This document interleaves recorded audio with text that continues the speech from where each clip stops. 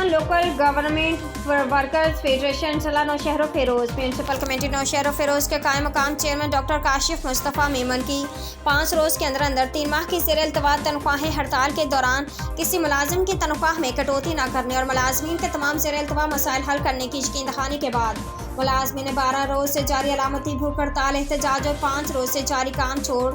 ہڑتال 5 روز کے لیے ختم کر کے کام شروع کر دیا۔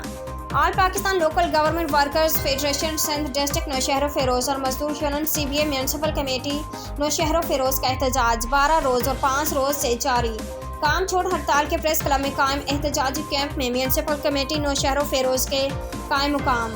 چیئرمین ڈاکٹر کاشف مصطفیٰ میمن صاحب نے municipal committee Naushahro Feroz کے ملازمین کے بھوک ہڑتال کیمپ میں آ کر ان کے مسائل سنی اور ملازمین کے تمام جائز مسائل کو باہمی مشاورت کے ساتھ حل کرنے ملازمین کی جلد از جلد تنخواہ ادا کرنے کا وعدہ کیا۔